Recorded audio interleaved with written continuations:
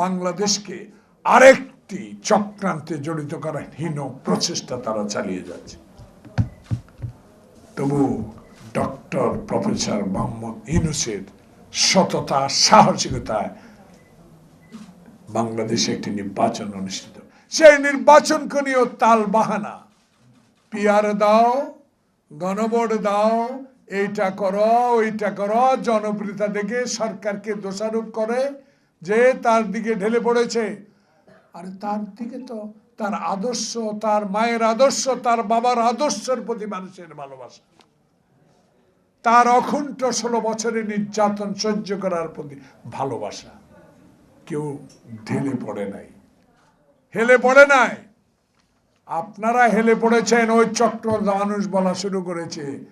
কি দেখলাম, বিদেশিদের ভোটাধিকার যারা হরণ করেছিল বাংলাদেশে, এই সরকার যখন বিদেশিদের ব্যালট দিয়ে ভোটাধিকার প্রয়োগ করলেন, শুরু হলো ষড়যন্ত্র। সেই ষড়যন্ত্র প্রকাশিত হয়েছে আপনাদের মতো সৎ সাংবাদিকদের মধ্য দিয়ে। এইসব চক্রান্ত অতীত আমরা দেখেছি। তাই জনগণ আমার কথা না বলা শুরু করেছে, ব্যালট কারচুপির ডক্টরেট দেওয়া উচিত এদেরকে। যারা কিছু সংখ্যক লোকদেরকে আঘাত করে এই ব্যালট পেপার ছাপিয়েছে, আমাদের নেতা সালাউদ্দিন আহমদ সাহেব সেদিন ক্লিয়ার করে এসেছেন। আজকে পত্রিকা দেখলাম সেটাও তারা ঠিক করবে। প্রিয় বন্ধুগণ, তাই ষড়যন্ত্র শেষ হয়নি।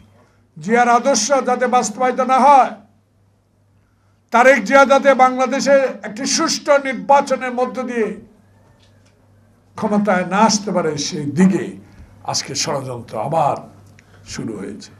ইনশাল্লাহ কোনো ষড়যন্ত্রই বাংলাদেশের এই ডক্টর প্রফেসর মোহাম্মদ ইউনূসের এই নির্বাচনকে ব্যাহত করতে দেবে না।